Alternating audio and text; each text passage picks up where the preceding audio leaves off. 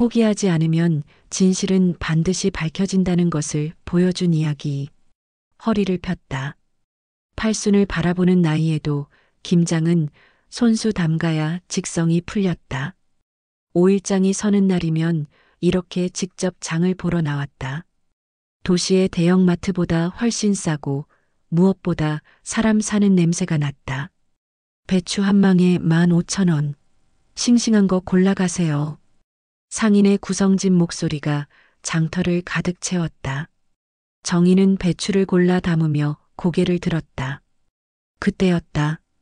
시선 끝에 낡은 포장마차가 보였다. 떡볶이 장사를 하는 곳이었다. 그 앞에 세 사람이 서 있었다. 낡은 파카를 입은 여자와 두 아이. 여자는 떡볶이 한 그릇을 받아들고 아이들에게 나눠주고 있었다. 한 명은 8살쯤, 다른 한 명은 5살쯤 되어 보였다. 셋이서 한 그릇을 돌려가며 먹는 모습이었다. 아이들은 떡 한 개를 입에 넣을 때마다 환하게 웃었다. 정희의 손에서 배추가 떨어질 뻔했다. 그 웃음소리, 그 눈동자, 심장이 세차게 뛰기 시작했다. 큰 아이의 이마 위로 흐르는 머리카락, 작은 아이의 동그란 눈매. 정희는 그 얼굴들을 알고 있었다. 아니, 알고 있다고 믿었던 얼굴들이었다. 아줌마, 배추 살 거예요? 상인의 목소리가 귓가를 스쳤지만 정희는 대답할 수 없었다. 시선은 여전히 포장마차 앞에 고정되어 있었다. 여자가 고개를 들었다. 순간 두 사람의 눈이 마주쳤다. 여자의 얼굴이 창백하게 굳었다. 떡볶이 그릇을 든 손이 미세하게 떨렸다. 그녀는 재빨리 고개를 돌렸다. 아이들의 손을 잡아 끌며 장터 반대편으로 걸어가기 시작했다. 잠깐. 정희는 무의식 중에 소리를 질렀다. 하지만 사람들 틈에서 세 사람의 모습은 이미 사라지고 있었다. 정희는 그들을 쫓으려 했지만 다리가 움직이지 않았다. 온몸이 얼어붙은 것처럼 굳어 있었다. 귓가에 맴도는 건 아이들의 웃음소리만이 아니었다. 미안해요, 어머니. 5년 전 전화기 너머로 들렸던 사위의 목소리. 그날 밤 이후 도윤은 차가운 주검이 되어 돌아왔다. 그리고 며느리 소미는 3억 원의 연구비와 함께 증발했다. 경찰은 횡령과 계획적 도주라고 결론 내렸다. 정희는 그날 이후 딸처럼 아꼈던 며느리를 저주했다. 하지만 지금 본 것은 무엇이란 말인가? 비좁은 포장마차 앞에서 한 그릇을 나눠 먹던 모습. 낡은 옷과 해진 신발. 그리고 그 여자의 눈빛에 서린 두려움. 아줌마 괜찮아요? 상인이 다가와 물었지만 정희는 고개를 저었다. 죄송해요. 오늘은 그냥 갈게요. 정희는 비틀거리며 장터를 빠져나왔다. 주차장에 세워둔 차 안에 앉아서도 한참을 멍하니 있었다. 핸들을 잡은 손이 떨렸다. 저 아이들은 누구인가? 왜 사위의 얼굴이 보이는가? 그리고 왜 소미는 저렇게 살고 있는가? 정희는 백미러 너머로 여전히 붐비는 장터를 바라보았다.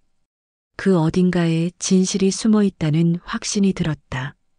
5년 동안 증오했던 그 며느리 안에 자신이 알지 못했던 무언가가 있었다. 시동을 걸며 정희는 다짐했다. 이번엔 반드시 알아낼 거야. 윤정희는 그날 밤 한숨도 자지 못했다. 침대에 누워 천장을 바라보며 떡볶이 포장마차 앞에 그 세 사람을 떠올렸다. 눈을 감으면 아이들의 얼굴이 선명하게 떠올랐다. 큰아이의 이마, 작은아이의 눈매. 그리고 무엇보다 소민의 창백했던 얼굴. 새벽 4시 정희는 결국 일어나 거실로 나왔다. 어둠 속에서 장롱 깊숙이 넣어뒀던 상자를 꺼냈다. 먼지가 수북이 쌓인 상자. 5년 동안 한 번도 열어보지 않았던 것이었다. 상자 안에는 사위 도윤의 유품들이 담겨 있었다. 연구 노트, 사진 몇 장, 그리고 사고 당시 경찰 조서 사본. 정희는 떨리는 손으로 사진 한 장을 집어들었다. 도윤과 소민이 함께 찍은 결혼 사진이었다. 햇살처럼 환하게 웃고 있는 두 사람. 정희는 그 사진을 한참 들여다보다가 조용히 한숨을 내쉬었다. 내가 너무 성급했던 걸까? 5년 전 그날이 떠올랐다. 2020년 11월 17일 밤 11시 42분. 경찰서에서 걸려온 전화 한 통이 모든 것을 바꿔놓았다. 유가족이신가요? 김도윤 씨가 연구소 폭발 사고로. 정희는 그날 밤 병원 영안실로 달려갔다. 차가운 스테인리스 침대 위에 누워있던 사위의 모습은 지금도 생생했다. 얼굴 절반이 화상으로 뒤덮여 있었다. 그리고 그 다음 날 더 큰 충격이 찾아왔다. 회사 연구비 3억 원이 사라졌습니다.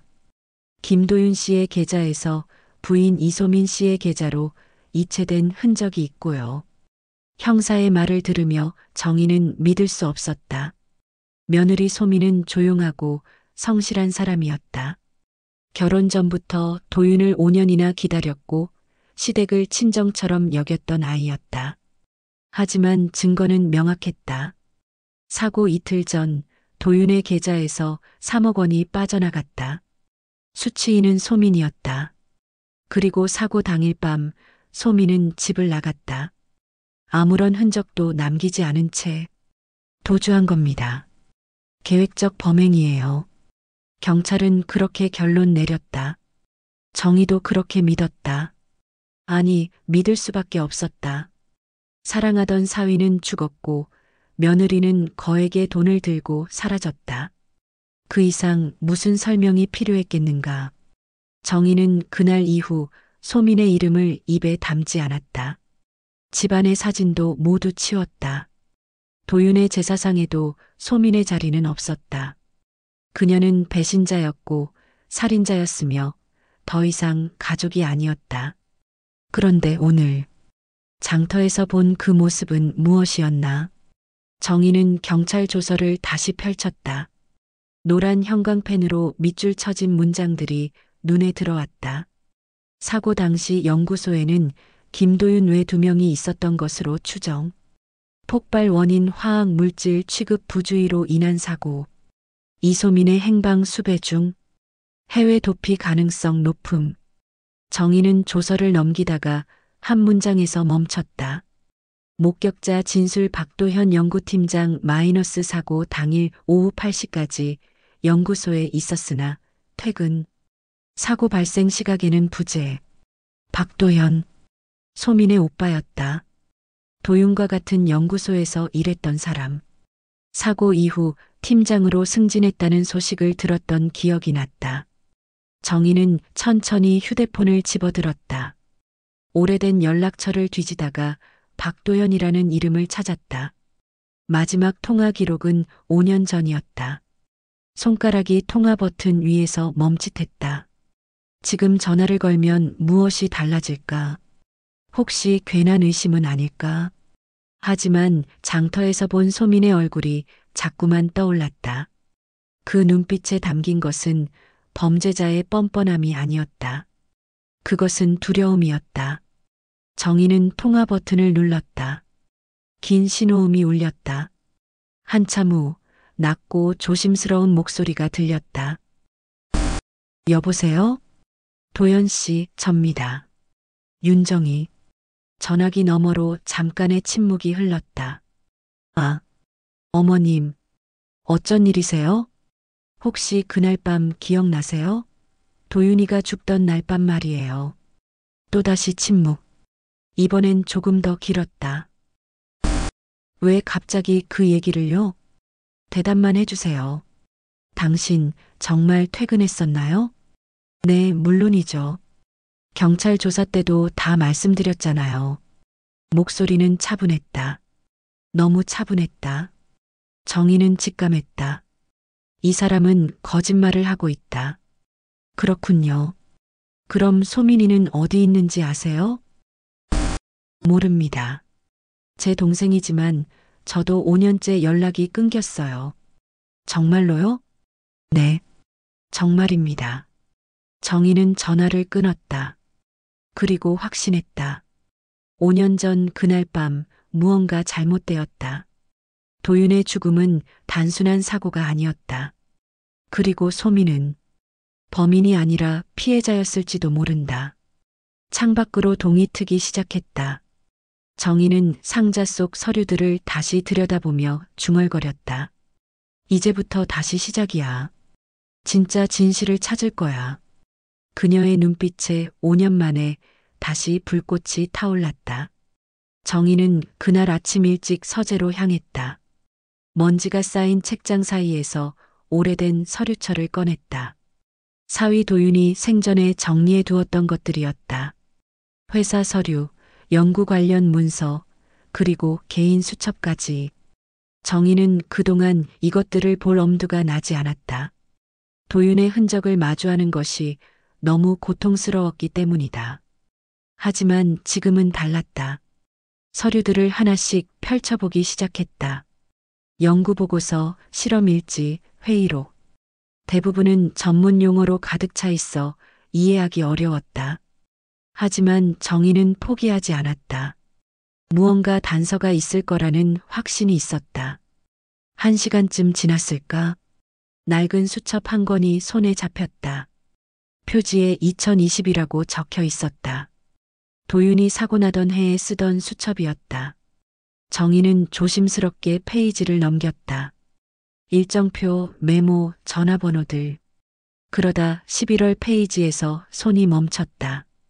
11월 15일 마이너스 박도현 팀장과 면담. 프로젝트 중단 요청. 사고 이틀 전이었다. 정희는 심장이 두근거리는 것을 느꼈다. 프로젝트 중단 요청? 도윤이 도연에게 무언가를 중단하라고 했다는 뜻인가? 다음 페이지를 넘겼다. 11월 16일 마이너스 회사 거부. 상부 보고 예정. 소민에게 알리지 말 것. 마지막 문장에 밑줄이 2번 그어져 있었다. 소민에게 알리지 말 것. 왜 아내에게 말하지 말아야 했을까? 정희는 다음날 기록을 찾았지만 11월 17일 페이지는 비어 있었다. 그날 밤 도윤은 죽었다. 손이 떨렸다. 정희는 수첩을 들고 거실로 나왔다. 어젯밤 꺼내놨던 경찰 조서와 수첩을 나란히 펼쳐놓았다. 조서에는 이렇게 적혀 있었다. 사고 원인 화학, 물질 취급 부주의. 피해자 김도윤, 사고 당시 홀로 야근 중이었던 것으로 추정. 하지만 도윤의 수첩은 다른 이야기를 하고 있었다.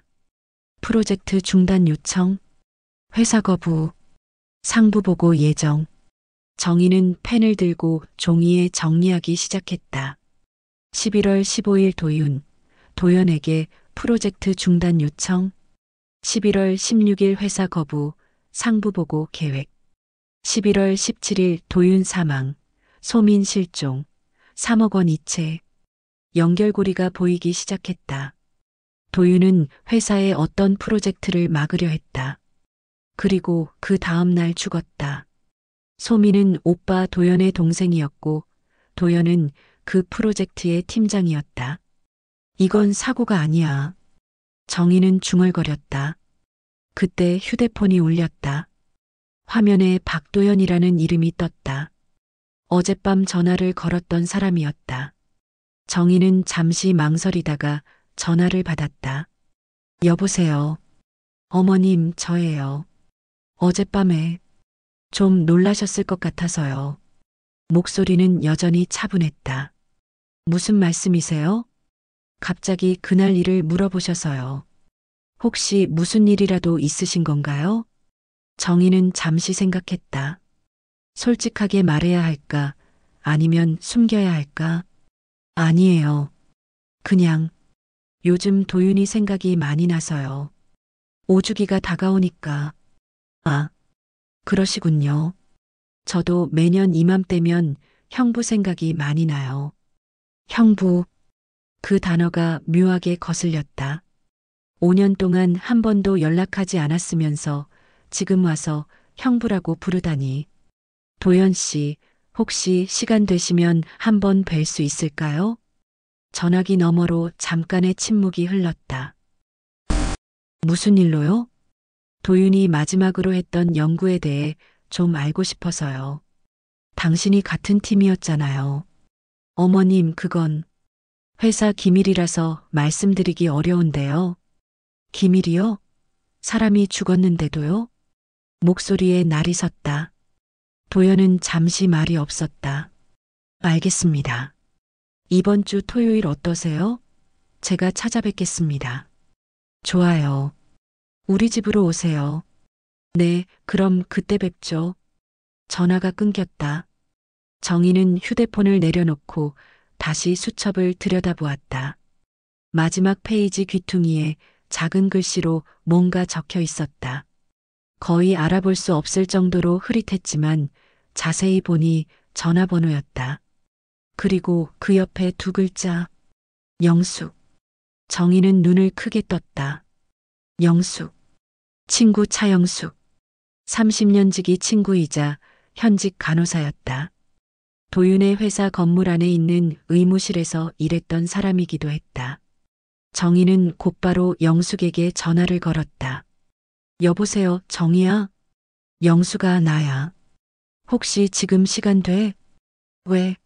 무슨 일이야? 만나서 얘기하고 싶어. 중요한 거야. 영숙의 목소리가 조금 낮아졌다. 도윤이 일이야? 어떻게 알았어?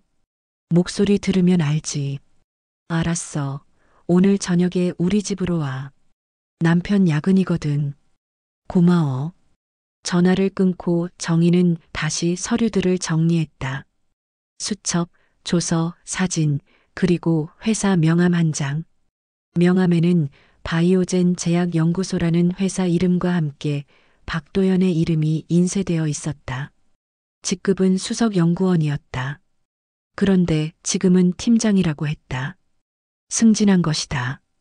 도윤이 죽은 직후에 정희는 명함을 손에 쥐고 창밖을 바라보았다. 도윤아, 내가 꼭 밝혀낼게. 내가 왜 죽었는지, 소민이는 왜 도망쳐야 했는지. 오후 햇살이 서재를 비쳤다. 먼지 낀 서류 더미 사이로 진실의 실마리가 조금씩 모습을 드러내고 있었다. 그리고 정희는 이제 막 그 시를 풀기 시작했다. 저녁 6시 정희는 영숙의 집 초인종을 눌렀다. 문이 열리고 영숙이 걱정스러운 얼굴로 그녀를 맞았다. 들어와. 차 준비해뒀어. 거실에 마주 앉았다. 정희는 가방에서 수첩과 서류들을 꺼내 식탁 위에 펼쳤다. 영숙아, 너 도윤이가 죽던 날 기억나? 영숙의 표정이 굳었다. 왜 갑자기? 대답해줘. 그날 회사에서 이상한 일 없었어? 영숙은 찻잔을 들었다가 다시 내려놓았다. 정희야, 그 일은 이미 끝난 거잖아. 아니야. 아직 안 끝났어. 정희는 수첩을 영숙 앞으로 밀었다. 이것 좀 봐. 도윤이가 죽기 이틀 전에 뭔가를 중단하려고 했대. 그리고 회사가 거부했어. 영숙은 수첩을 들여다보았다. 그리고 한참을 말없이 있었다. 정희야. 응? 나도 그날 이상하다고 생각했어. 정희의 눈빛이 날카로워졌다. 무슨 소리야? 영숙은 깊은 한숨을 쉬었다. 그날 밤 폭발 직전에 119에 신고 전화가 들어왔거든. 회사 내선으로. 누가? 모르겠어. 녹음도 없어졌고. 하지만 나는 들었어. 급한 목소리로. 3층 연구실 빨리 와달라고. 정희의 손이 떨렸다. 그게 도윤이었어? 확실하진 않아. 하지만 남자 목소리였어. 정희는 천천히 고개를 끄덕였다. 그럼 도윤이는 스스로 신고를 한 거네. 자기가 위험하다는 걸 알았던 거야. 두 사람은 잠시 침묵했다.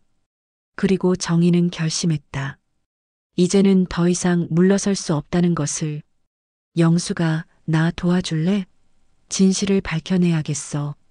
영숙은 정희의 손을 꼭 잡았다. 당연하지. 우리 같이 하자.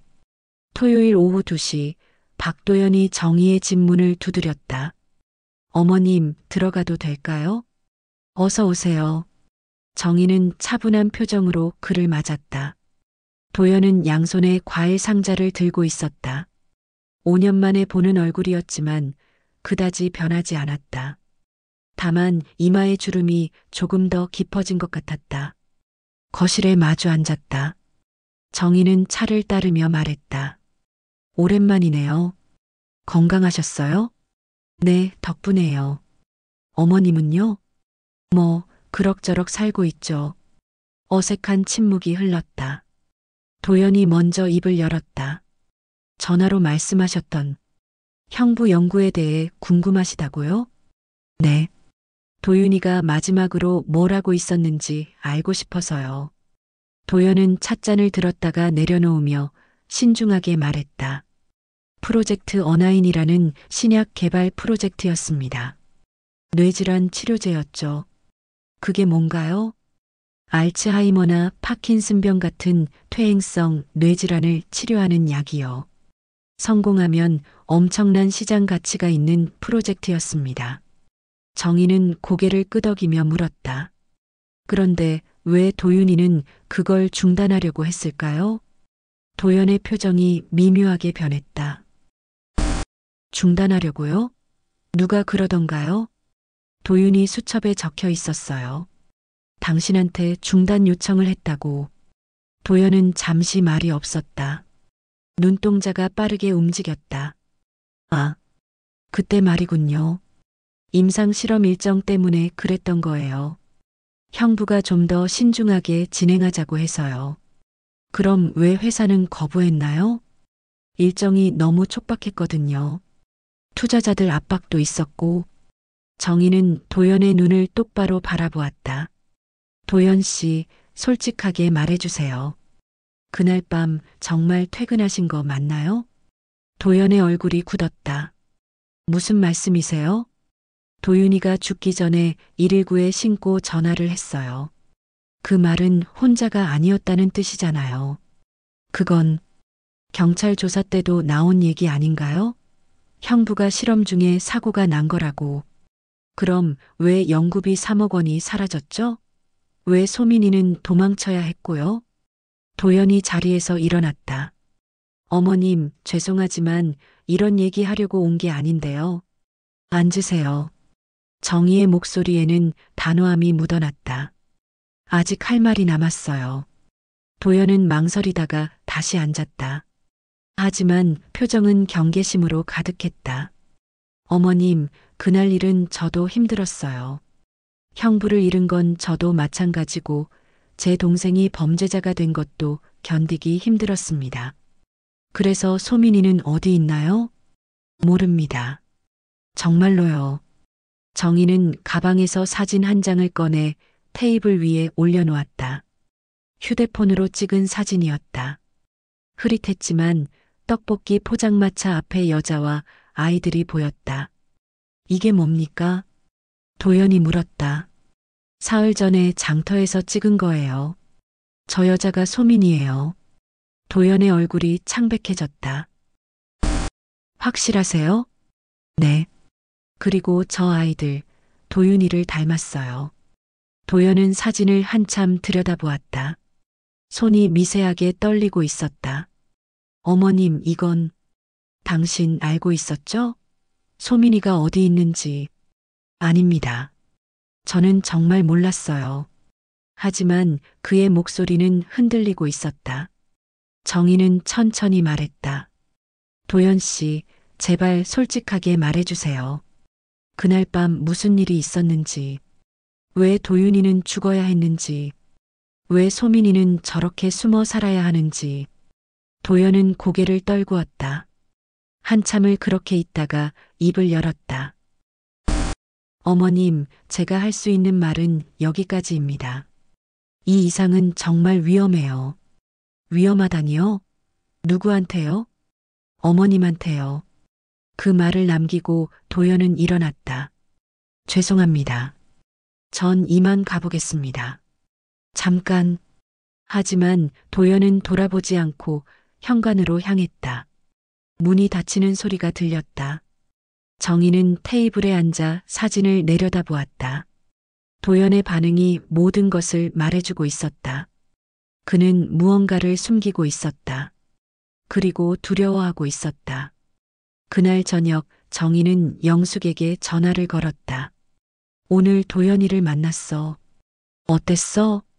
거짓말쟁이야. 뭔가 숨기고 있어. 그럼 어떻게 할 거야? 정희는 잠시 생각하다가 말했다. 회사에 직접 가봐야겠어. 연구소 말이야. 정희야, 위험해. 그 사람도 위험하다고 했잖아. 그래도 가야 해. 도윤이가 죽은 곳이고 답이 있는 곳이니까. 영숙은 한숨을 쉬었다. 알았어. 그럼 내가 같이 갈게. 혼자 보내기 불안해. 고마워, 영숙아. 다음 날 월요일 정희와 영숙은 바이오젠 제약 본사 앞에 섰다. 높은 유리 건물이 햇빛을 반사하며 차갑게 빛나고 있었다.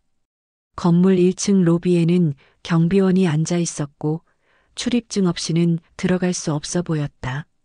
어떻게 들어가지? 정희가 물었다. 내가 예전에 여기 의무실에서 일했잖아. 아는 사람한테 연락해 볼게. 영숙은 휴대폰을 꺼내 전화를 걸었다. 잠시 후 미소를 지으며 말했다. 됐어.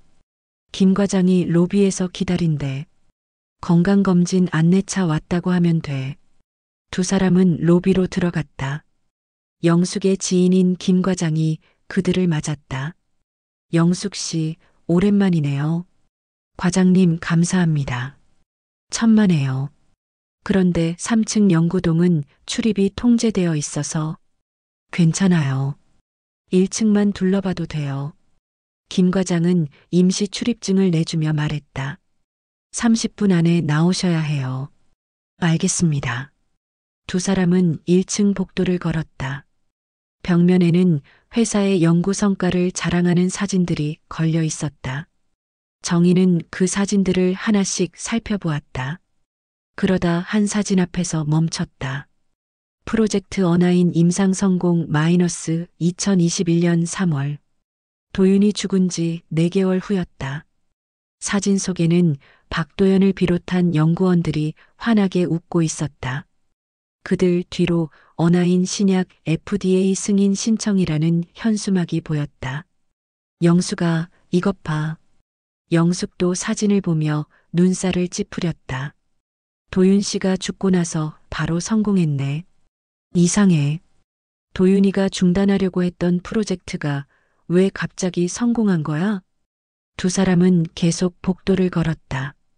3층으로 올라가는 계단 앞에 출입 금지 표시가 붙어 있었다. 정희는 주위를 살피다가 조용히 말했다. 영숙아, 잠깐만.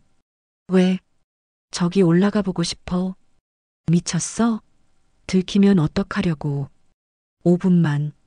제발. 영숙은 망설이다가 고개를 끄덕였다. 알았어. 내가 망볼게. 빨리 다녀와. 정희는 계단을 올라갔다. 3층 복도는 1층과 달리 어둡고 차가웠다. 복도 양쪽으로 연구실 문들이 줄지어 있었다. 제1연구실, 제2연구실, 제3연구실. 정희는 복도 끝까지 걸어갔다. 마지막 문 앞에 멈췄다. 제5연구실 마이너스 출입 제한구역. 문 위쪽 벽에 작은 표지판이 붙어 있었다. 2020년 11월 17일 사고 현장. 재건축 완료. 정희의 심장이 빠르게 뛰기 시작했다. 바로 여기였다. 도윤이 죽은 곳. 그녀는 문손잡이를 돌려보았다. 잠겨 있었다. 하지만 문틈 사이로 안쪽을 들여다볼 수 있었다. 깨끗하게 정리된 실험실. 하얀 벽, 새 장비들. 하지만 창문 옆 벽면에만 유독 페인트가 덧칠된 흔적이 보였다. 거기서 뭐 하세요?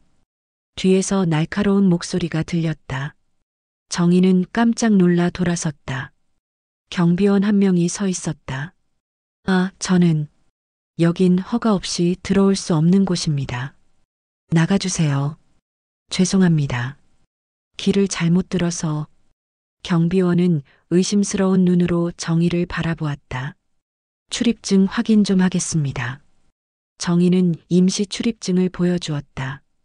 경비원은 무전기를 들더니 어디론가 확인 전화를 걸었다. 김 과장님, 지금 3층에 방문객이 있는데요.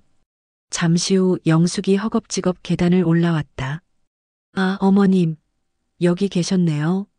화장실 찾으시다가 길을 잃으신 거예요. 영숙이 재빨리 상황을 수습했다. 죄송합니다. 제가 잠깐 한눈판 사이에. 경비원은 불만스러운 표정이었지만 더 이상 추궁하지 않았다. 다음부터 조심하세요. 이제 나가주시죠. 두 사람은 경비원의 감시 아래 건물을 빠져나왔다. 밖으로 나온 정희는 건물을 올려다보았다. 3층 끝 창문이 보였다. 영수가 뭔가 이상해. 뭐가? 연구실이 너무 깨끗했어. 5년 전에 폭발 사고가 났던 곳이라고는 믿기지 않을 정도로. 재건축했다고 하지 않았어? 그래도 너무 완벽해. 마치 흔적을 지우려고 한 것처럼. 영숙은 정희의 어깨를 두드렸다. 정희야, 조심해야 해. 이 사람들 뭔가 숨기고 있어. 정희는 고개를 끄덕였다. 알아. 그래서 더 파봐야겠어. 두 사람은 주차장으로 걸어갔다. 그때 정희의 휴대폰이 울렸다. 모르는 번호였다. 여보세요? 어머님? 익숙한 목소리. 하지만 5년 만에 듣는 목소리였다. 소민이. 네. 어머님, 제발 더 이상 파헤치지 마세요. 위험해요. 소민아, 너 지금 어디 있어? 만나자. 안 돼요. 만나면 안 돼요. 제발, 그냥 잊어주세요. 소민아. 하지만 전화는 끊겼다. 정희는 휴대폰을 꽉 쥐고 하늘을 올려다보았다. 소민이 전화를 했다는 것은 자신이 감시당하고 있다는 뜻이었다. 누군가 정희의 움직임을 지켜보고 있었다. 그리고 그 누군가는 진실이 밝혀지는 것을 두려워하고 있었다. 정희는 소민의 전화를 받은 후 며칠 동안 불안에 떨었다. 누군가 자신을 감시하고 있다는 생각이 들 때마다 등골이 오싹해졌다. 외출할 때마다 뒤를 돌아보게 되었고 밤에는 문단속을 2~3번씩 확인했다.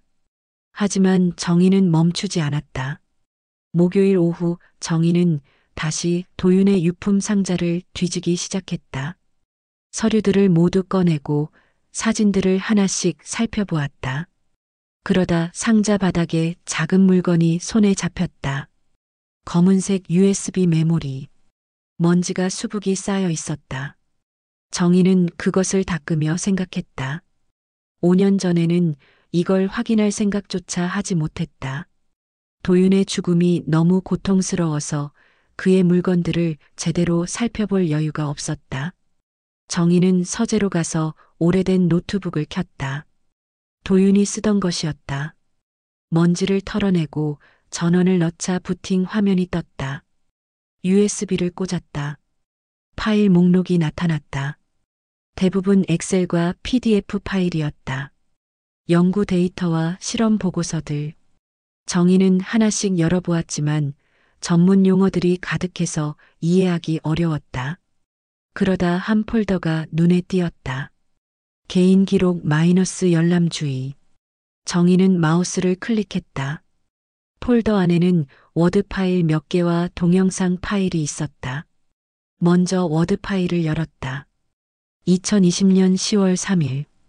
오늘 회의에서 도연 팀장이 어나인 프로젝트 상용화 일정을 앞당기자고 제안했다. 나는 반대했다. 임상 2단계에서 부작용 사례가 3건이나 보고되었는데 추가 검증 없이 3단계로 넘어가는 것은 위험하다. 하지만 회사는 투자자들의 압박 때문에 서두르고 있다. 이사회에서 내년 상반기 FDA 승인 신청을 목표로 잡았다고 한다. 2020년 10월 15일 부작용 사례가 5건으로 늘었다. 두통, 어지럼증, 일시적 기억 상실, 경미한 증상들이지만 무시할 수 없다. 나는 상세한 보고서를 작성해서 제출했다. 도연 팀장은 통계적으로 유의미하지 않다며 묵살했다.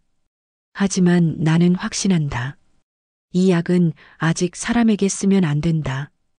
2020년 11월 1일 회사가 내 보고서를 상부에 보고하지 않았다는 것을 알았다.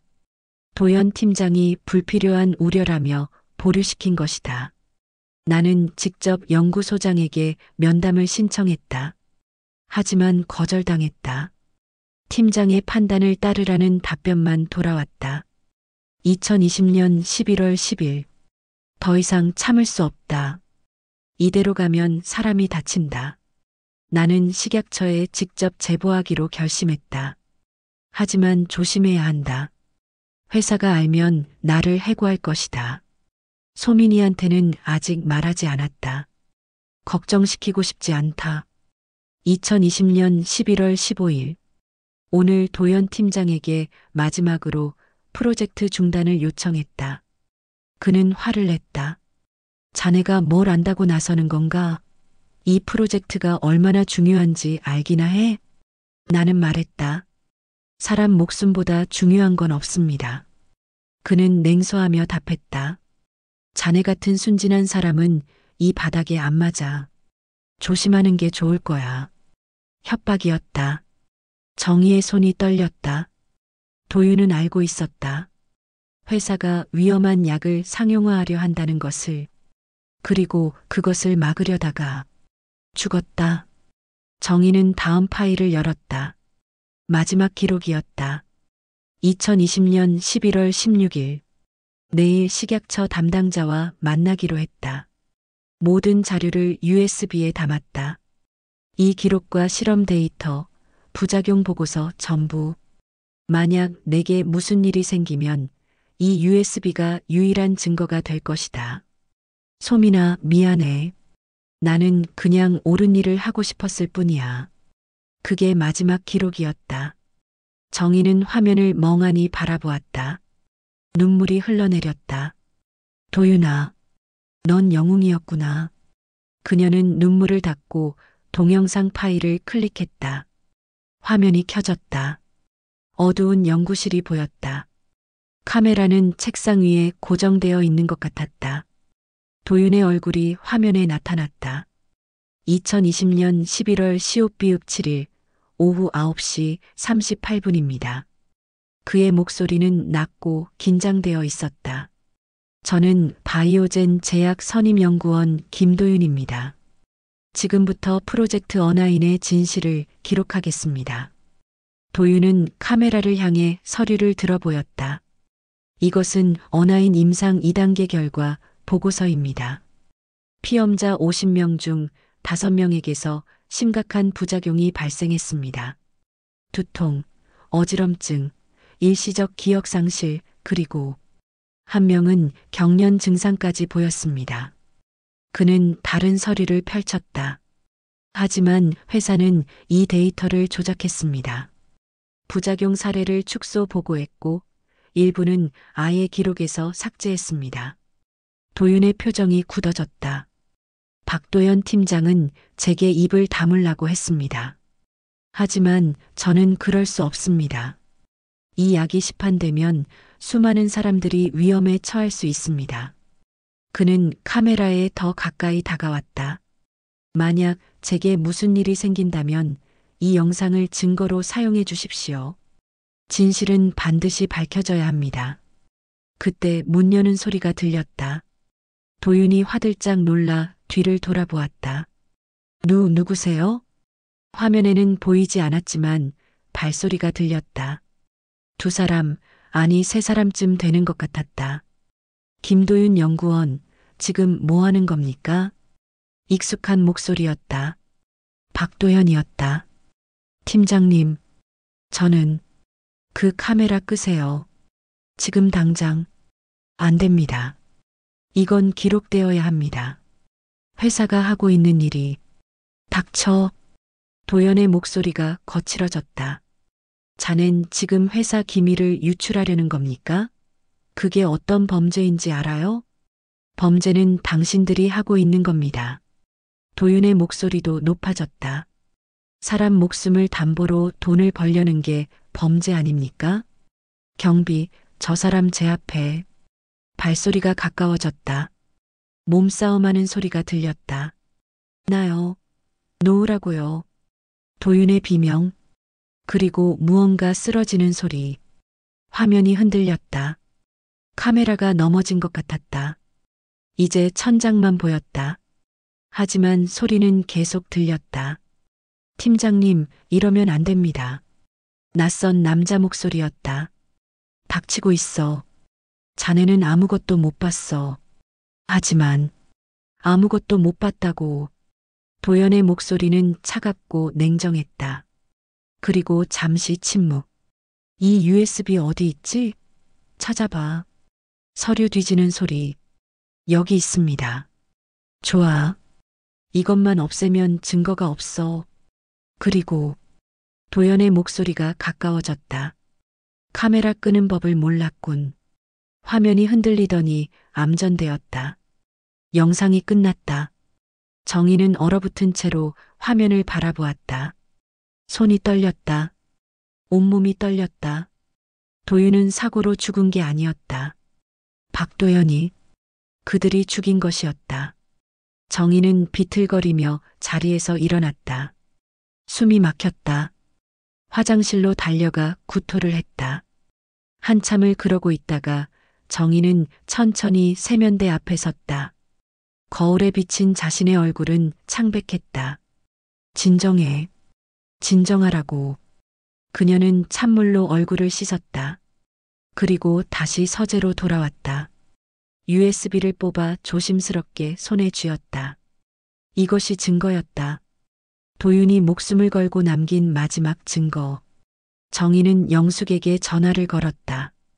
영숙아, 지금 당장 우리 집으로 와줄 수 있어?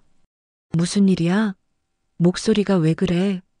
설명은 나중에 할게. 제발 빨리 와줘. 그리고 아무한테도 말하지 마. 알았어. 지금 간다. 전화를 끊고 정희는 USB를 가방 깊숙이 넣었다. 그리고 노트북 화면을 바라보았다. 정지된 영상 화면에는 어두운 연구실 천장이 보였다. 도윤아, 기다려. 내가 꼭 밝혀낼게. 내가 왜 죽었는지, 누가 죽였는지. 정희의 눈빛이 단단해졌다. 이제는 더 이상 물러설 수 없었다. 사위의 억울한 죽음을, 며느리의 누명을, 그리고 저 아이들의 숨어 사는 삶을 끝낼 때가 왔다. 30분 후 영숙이 도착했다. 무슨 일이야? 얼굴이 왜 이렇게 안 좋아? 정희는 대답 대신 노트북을 켰다. 그리고 영상을 재생했다. 영숙은 영상을 보며 얼굴이 점점 굳어갔다. 영상이 끝났을 때 그녀도 말을 잃었다. 이건 살인이잖아. 그래. 당장 경찰에 가야 해. 아직은 안 돼. 정희는 고개를 저었다. 이것만으로는 부족해. 도연이는 변명할 거야. 영상이 편집됐다거나 오해라고 할 거라고. 그럼 어떡하려고? 정희는 가방에서 도윤의 수첩을 꺼냈다. 여기 도윤이가 적어놓은 게 있어. 임상 데이터 조작, 부작용 은폐. 이것들의 증거를 더 찾아야 해. 어디서? 회사 내부에. 영숙의 눈이 커졌다. 정희야, 그건 너무 위험해. 들키면. 알아. 하지만 다른 방법이 없어. 정희는 영숙의 손을 잡았다. 영숙아, 도와줄래? 마지막으로 한 번만. 영숙은 한참을 고민하다가 고개를 끄덕였다. 알았어. 하지만 신중하게 가자. 계획을 세워야 해. 두 사람은 밤늦도록 앉아서 계획을 세웠다. 창밖으로 달빛이 비쳤다. 진실을 향한 긴 여정의 중반부였다. 그리고 가장 위험한 구간이 코앞에 다가와 있었다. 하지만 정희는 물러서지 않았다. 도윤의 목소리가 귓가에 맴돌았다. 만약 제게 무슨 일이 생긴다면 이 영상을 증거로 사용해 주십시오. 그래, 도윤아. 내가 사용할게. 내 죽음이 헛되지 않게 만들 거야. 정희는 창밖을 바라보며 다짐했다. 이제 시작이었다. 정희는 이틀 동안 영상을 수십 번 돌려봤다. 도윤의 마지막 목소리, 박도연의 차가운 협박, 그리고 갑자기 끊긴 화면. 볼 때마다 분노가 치밀었지만 동시에 한 가지 생각이 머리를 떠나지 않았다. 소민은 이 모든 걸 알고 있었을까? 남편이 회사와 싸우고 있다는 것을, 위험에 처해 있다는 것을, 아니면 도윤의 말처럼 아무것도 모른 채 하루아침에 범죄자가 되어버린 걸까? 정희는 소민을 만나야 한다고 결심했다. 토요일 아침 일찍 정희는 장터로 향했다. 지난번에 소민을 봤던 그곳, 혹시라도 다시 나타나지 않을까 하는 희망을 품고 5일장은 이른 시간부터 사람들로 북적였다. 정희는 천천히 포장마차들 사이를 걸었다. 떡볶이 가게, 순대 가게, 튀김 가게. 하나하나 살펴보았지만 소민의 모습은 보이지 않았다. 2시간을 헤맨 끝에 정희는 한 구석의 김밥 가게 앞에 멈춰섰다. 아주머니, 혹시 이 근처에 젊은 여자분이 아이들 데리고 자주 오는 거 보셨어요? 김밥을 싸던 아주머니가 고개를 들었다. 젊은 여자요? 뭐 하는 사람인데요? 그냥 아는 사람인데 연락이 안 돼서요. 큰아이가 8살쯤, 작은애가 5살쯤 될 거예요. 아주머니는 잠시 생각하더니 고개를 끄덕였다. 아, 그 사람 알 것 같은데. 늘 애들 손 꼭 잡고 다니던 사람? 말 수 없고 조용한? 정희의 가슴이 뛰기 시작했다. 맞아요. 어디 사는지 아세요? 글쎄, 정확히는 모르는데 저쪽 산동네 쪽에 산다고 들었어요. 가끔 여기서 김밥 사가더라고요. 산동네요? 네, 장터 뒤쪽으로 올라가면 낡은 주택들 있잖아요. 거기 어딘가일 거예요. 감사합니다. 정희는 김밥 2줄을 사서 아주머니가 가르쳐준 방향으로 걸었다. 장터를 벗어나자 좁은 골목길이 나타났다. 경사진 길을 따라 오래된 집들이 다닥다닥 붙어 있었다. 페인트가 벗겨진 담벼락, 녹슨 대문, 갈라진 시멘트 계단. 정희는 한 집 한 집 살펴보며 걸었다. 하지만 어느 집이 소민의 집인지 알 수 없었다. 한참을 헤매다가 정희는 골목 끝에서 멈췄다. 낡은 반지하 주택이 보였다. 문 앞에 작은 고무신 2켤레가 나란히 놓여 있었다. 노란색과 파란색, 아이들 신발이었다. 정희는 숨을 고르고 천천히 계단을 내려갔다. 녹슨 철문 앞에 섰다. 초인종을 찾았지만 없었다. 대신 문을 톡톡 두드렸다. 누구세요? 안에서 조심스러운 여자 목소리가 들렸다. 정희는 대답하지 못했다. 목이 메었다. 다시 한번 노크 소리. 누구냐고요? 목소리가 조금 더 경계심 어린 톤으로 변했다. 정희는 간신히 입을 열었다. 소민아, 나야. 안쪽이 조용해졌다. 긴 침묵 끝에 문고리 돌아가는 소리가 들렸다. 문이 조금 열렸다. 틈 사이로 창백한 얼굴이 보였다. 어머니? 소민이었다. 5년 전보다 훨씬 야위었고 머리에는 흰머리가 섞여 있었다. 눈 밑에는 다크서클이 짙게 깔려 있었다. 하지만 눈동자만큼은 예전과 같았다. 맑고 슬픈 눈동자. 소민아. 정희의 눈에서 눈물이 흘러내렸다. 소민도 눈물을 흘렸다. 하지만 문을 더 열지는 않았다. 왜 여기 오셨어요? 제발 가세요. 위험해요. 소민아, 나 다 알아. 도윤이가 남긴 영상 봤어. 소민의 얼굴이 하얗게 질렸다. 영상을 보셨어요? 그래. 도윤이는 내가 생각하는 것보다 훨씬 용감한 사람이었어. 그리고 넌 억울하게 누명을 쓴 거지? 소민은 입술을 깨물며 고개를 돌렸다. 어머니, 제발. 저희를 그냥 내버려 두세요. 지금이라도 늦지 않았어요. 안 돼. 나 물러설 수 없어. 정희는 문틈으로 손을 내밀었다. 소민아, 제발 문 열어줘. 얘기 좀 하자. 제대로 된 얘기를. 소민은 한참을 망설이다가 천천히 문을 열었다. 집 안은 좁고 어두웠다. 작은 방 하나, 부엌 겸 거실 하나.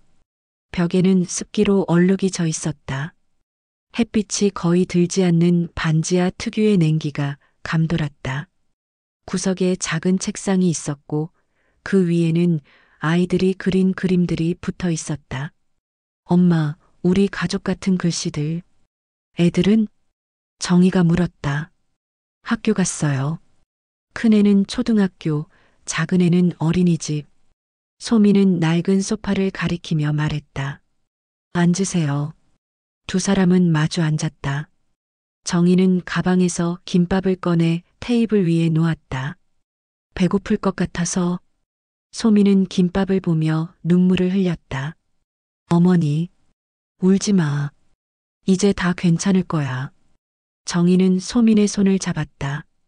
소민아, 그날 밤 무슨 일이 있었는지 말해줄 수 있겠니? 소민은 한참을 눈물을 닦다가 천천히 입을 열었다. 그날 11월 17일 밤이었어요. 5년 전 2020년 11월 17일. 소민은 집에서 저녁을 준비하고 있었다. 도윤이 야근한다고 했지만 언제 들어올지 몰라서 음식을 만들어두고 있었다. 오후 10시쯤 휴대폰이 울렸다. 오빠 도연이었다. 여보세요, 오빠? 소민아, 지금 어디야? 목소리가 급했다. 집에 있는데. 왜? 집에서 나가.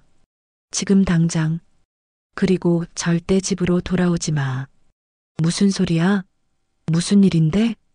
설명할 시간 없어. 도윤이가 사고를 당했어. 소민의 손에서 국자가 떨어졌다. 뭐라고? 도윤이가? 지금 병원으로 가는 중이야. 하지만 소민아, 넌 오면 안 돼. 절대로. 왜? 남편이 다쳤는데 내가 왜 가면 안 돼? 들어봐. 도윤이가 회사 기밀을 유출하려다 걸렸어. 회사에서 너를 공범으로 지목할 거야. 그게 무슨... 시간 없어. 지금 당장 짐 챙겨서 나가. 현금 있으면 다 챙기고. 카드는 쓰지 마. 추적당해. 오빠, 대체 무슨 일이야? 도윤이는 괜찮은 거야? 전화기 너머로 침묵이 흘렀다. 소민아, 미안해. 그 말과 함께 전화가 끊겼다. 소민은 떨리는 손으로 도윤에게 전화를 걸었다. 하지만 받지 않았다. 다시 걸었다. 여전히 받지 않았다. 불안이 엄습했다. 소민은 서둘러 가방을 챙겼다. 옷 몇 벌, 통장, 현금. 뭘 챙겨야 할지도 모르는 채로 집을 나섰다. 그리고 병원으로 향했다. 오빠의 말을 무시하고. 하지만 병원 로비에 도착했을 때 경찰차가 보였다. 소민은 본능적으로 멈춰섰다. 그때 누군가 뒤에서 그녀의 팔을 잡았다. 소민아, 오빠 도연이었다. 오빠 도윤이는 죽었어. 소민의 세상이 무너졌다. 거짓말이지? 거짓말이라고 해줘.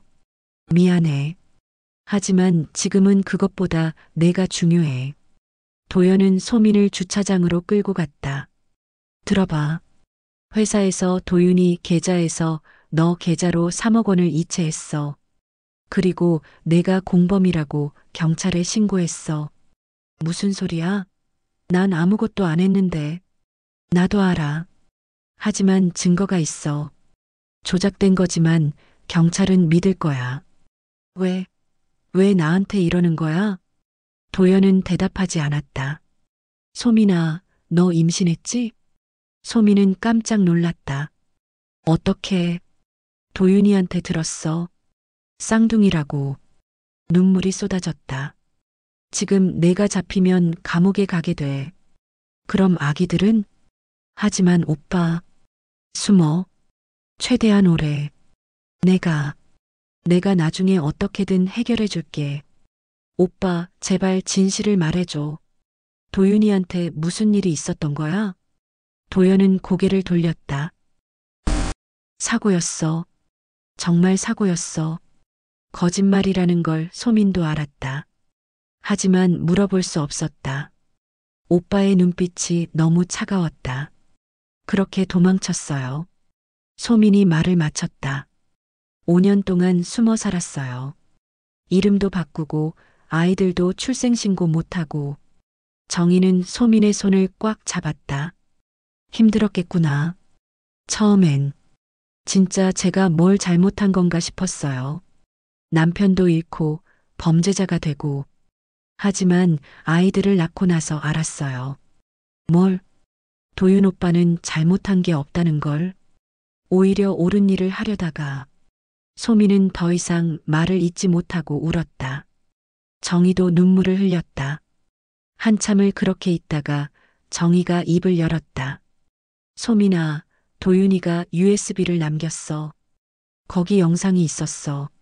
그날 밤 연구실에서 찍은. 소민이 고개를 들었다. 영상이요? 그래. 박도연이. 내 오빠가 도윤이를 협박하는 장면이 찍혀 있어. 소민의 얼굴이 굳었다. 오빠가. 그래. 내 오빠는 공범이 아니야. 주범이야. 소민은 고개를 떨구었다. 사실 전 알고 있었어요. 오빠가 거짓말한다는 걸. 도윤 오빠를 지키지 않았다는 걸. 왜 경찰에 안 갔어? 무서웠어요. 오빠가 저한테 그랬거든요. 입 열면 아이들도 위험하다고. 정희는 가방에서 USB를 꺼내 소민에게 건넸다. 이제 입 열어야 해. 도윤이를 위해서, 아이들을 위해서. 소민은 떨리는 손으로 USB를 받았다. 어머니, 무서워요. 나도 무서워. 하지만 더 이상 숨어 살 수는 없잖니. 그때 현관문이 열리는 소리가 들렸다. 엄마, 아이들이 돌아온 것이었다. 큰아이가 집 안으로 뛰어들어오다가 정희를 보고 멈춰섰다. 누구세요? 정희는 그 아이를 바라보았다. 도윤의 얼굴이었다. 이마, 눈매, 입모양까지. 나는 할머니란다. 할머니요? 작은 아이도 문 뒤에서 고개를 내밀었다. 할머니 누구야? 소민이 아이들을 안았다. 이분은 너희 진짜 할머니야. 아이들이 눈을 크게 떴다. 정희는 무릎을 꿇고 아이들과 눈높이를 맞췄다. 너희 이름이 뭐니? 큰아이가 조심스럽게 대답했다. 저는 은우예요. 동생은 은서고요. 은우, 은서. 예쁜 이름이구나. 정희는 두 아이를 꼭 안았다. 도윤의 아이들, 자신의 손주들, 5년 동안 몰랐던 아이들. 할머니가 늦어서 미안하구나. 이제부터는 할머니가 너희를 지켜줄게. 아이들은 낯선 할머니의 품에서 가만히 있었다. 그리고 소민은 그 모습을 보며 눈물을 흘렸다. 오랜 어둠 끝에 처음으로 빛이 보이기 시작했다. 정희는 소민을 바라보며 말했다. 이제 끝낼 거야. 내 오빠도 회사도 모두 책임을 지게 만들 거야. 소민은 고개를 끄덕였다. 도와주세요, 어머니. 도윤 오빠를 위해서. 그럼, 당연하지. 정희는 창밖을 바라보았다. 해가 기울고 있었다. 하지만 이제 진짜 싸움이 시작될 참이었다. 그날 밤 정희는 소민의 집에 남았다. 좁은 반지하 방에서 아이들이 잠든 후 두 사람은 작은 식탁을 사이에 두고 마주 앉았다. 소민이 끓여준 보리차 한 잔이 김을 내뿜고 있었다. 소민아, 이제 차근차근 얘기해 줄 수 있겠니? 그날 밤부터 지금까지. 소미는 찻잔을 두 손으로 감싸며 천천히 입을 열었다. 사실 도윤 오빠가 회사와 문제가 있다는 건 조금 알고 있었어요. 어떻게? 한 달쯤 전부터 표정이 안 좋았거든요. 밤마다 뒤척이고 전화 받을 때도 긴장한 목소리로 제가 물어보면 아무것도 아니야라고만 했어요. 소미는 잠시 말을 멈췄다가 계속했다. 11월 초쯤이었을 거예요. 새벽에 깨어보니까 도윤 오빠가 거실에 앉아서 서류를 보고 있더라고요. 제가 다가가니까 깜짝 놀라면서 서류를 덮었어요. 무슨 서류였는데? 자세히는 못 봤는데 그래프랑 표 같은 게 있었어요. 그리고 빨간 펜으로 밑줄이 여러 개 그어져 있었고 정희는 고개를 끄덕였다. 아마도 임상실험 부작용 보고서였을 것이다. 그때 도윤이 한 말이 있어요. 소민아, 내가 만약 회사를 그만두게 되더라도 이해해 줄 수 있어? 라고요. 뭐라고 대답했어? 당연히 괜찮다고 했죠. 무슨 일이 있어도 내가 옆에 있다고. 그랬더니 도윤 오빠가 저를 꼭 안으면서 울었어요. 소민의 목소리가 떨렸다. 그게 마지막이었어요. 남편이 절 안아준 게. 정희는 소민의 손을 잡았다. 계속해봐. 11월 17일 그날도 아침에 출근하면서 도윤 오빠가 이상한 말을 했어요. 소민아, 나 오늘 중요한 일이 있어. 잘 될 거야. 우리 아기들한테 떳떳한 아빠가 되고 싶어. 소민은 눈물을 닦았다. 그게 마지막 말이었어요. 그날 저녁에 오빠한테서 전화가 왔을 때까지만 해도 전 도윤 오빠가 살아있는 줄 알았어요. 도연이가 뭐라고 했는지 자세히 기억나? 네. 처음엔 그냥 도윤이가 사고 당했다고만 했어요. 그런데 제가 병원 가겠다고 하니까 목소리가 달라졌어요. 소미는 그날의 기억을 떠올리며 말을 이었다. 5년 전 2020년 11월 17일 밤 10시. 소민아, 들어봐. 상황이 복잡해. 도연의 목소리는 다급했지만 동시에 계산적이었다. 도윤이가 회사 연구 자료를 빼돌리려다 걸렸어. 그리고 회사에서는 너를 공범으로 지목하고 있어. 무슨 소리예요? 저는 아무것도 모르는데요. 나도 알아. 하지만 증거가 있대. 도윤이 계좌에서 내 계좌로 3억 원이 이체됐어. 그럴 리 없어요. 저희 통장에 그런 돈이. 확인해봐. 지금 당장. 소미는 떨리는 손으로 휴대폰 뱅킹 앱을 열었다. 그리고 경악했다. 통장 잔액 3억 12만 7,350원. 이게 어떻게 회사에서 조작한 거야. 도윤이가 연구비를 횡령했고 너한테 송금했다고 꾸민 거지. 왜요? 왜 저한테 이러는 거예요? 도연은 잠시 침묵했다. 도윤이가 회사의 기밀을 폭로하려고 했거든. 회사 입장에서는 그걸 막아야 했어. 그리고 도윤이는 막을 수 없었으니까 최소한 신뢰성을 떨어뜨려야 했던 거야. 무슨 말인지 모르겠어요. 간단해. 도윤이를 횡령범으로 만들면 설령 그가 남긴 자료가 있어도 범죄자의 거짓말이 되는 거지. 그리고 너는 공범으로 만들면 입을 막을 수 있고. 소미는 온몸이 차갑게 식어가는 것을 느꼈다. 오빠도 여기에 관련된 거예요? 소민아. 도연의 목소리가 낮아졌다. 나는 내 오빠야. 너를 지키려고 하는 거야. 도윤 오빠를 지키지 않고요? 그건 이미 늦었어. 거짓말이에요.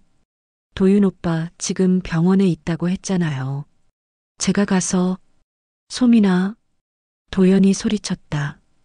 도윤이는 죽었어. 연구소 폭발로. 세상이 멈췄다. 거짓말. 정말이야. 오후 9시 45분에 연구실에서 화재 폭발이 있었어. 도윤이는 그 자리에서 전화기가 바닥으로 떨어졌다. 소미는 그대로 주저앉았다. 그 후로는 기억이 잘 안 나요. 소민이 말했다. 정신없이 울다가 정신 차리고 보니 새벽 3시였어요. 그때 오빠한테서 문자가 왔어요. 무슨 문자? 소민은 휴대폰을 꺼냈다. 5년 전 문자는 이미 사라졌지만 그녀는 그 내용을 외우고 있었다. 지금 집에 있으면 아침에 경찰이 올 거야. 너 임신했잖아. 아기들 생각해. 당분간 숨어 있어. 내가 해결할게. 그래서 도망쳤구나. 네. 저는 오빠를 믿었어요. 제 친오빠니까. 도윤 오빠의 처남이니까. 설마 거짓말을 하겠어요? 정희는 한숨을 쉬었다.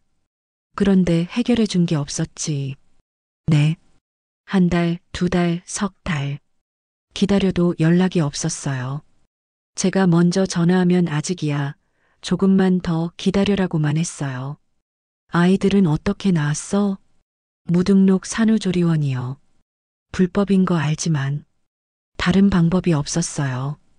신분증 없이도 받아주는 곳이었거든요. 소미는 눈물을 흘렸다. 쌍둥이를 혼자 낳았어요. 아무도 없이 산후조리도 제대로 못하고 일주일 만에 퇴원해서 고시원으로 갔어요. 얼마나 힘들었겠니? 애들 울음소리 때문에 고시원에서도 쫓겨났어요. 그 다음엔 여관, 찜질방, 친구 집 떠돌아다녔어요. 돈은 계속 줄어들고 그 3억은 못 썼어요. 쓰는 순간 추적당할 것 같아서 현금으로 조금씩만 빼서 썼어요. 그렇게 5년을 버텼어요. 정희는 소민을 껴안았다. 힘들었겠다. 정말 힘들었겠다. 어머니. 소민은 정희의 품에서 한참을 울었다. 한참 후 소민이 진정하고 나서 정희가 물었다. 그런데 한 가지 이상한 게 있어. 도연이가 왜 너를 도망치게 했을까? 차라리 경찰에 넘기면 입을 막을 수 있었을 텐데. 소민도 고개를 저었다. 저도 처음엔 이해가 안 갔어요. 그런데 나중에 생각해 보니까 오빠가 저를 인질로 잡은 거예요. 정희의 눈빛이 날카로워졌다. 무슨 뜻이야? 제가 잡히면 재판이 열리잖아요. 그럼 진실이 밝혀질 위험이 있어요. 하지만 제가 도망자로 남아있으면 오빠는 언제든 여기 있다고 신고할 수 있는 거예요. 그러니까 너를 협박 카드로 쓴 거구나. 네.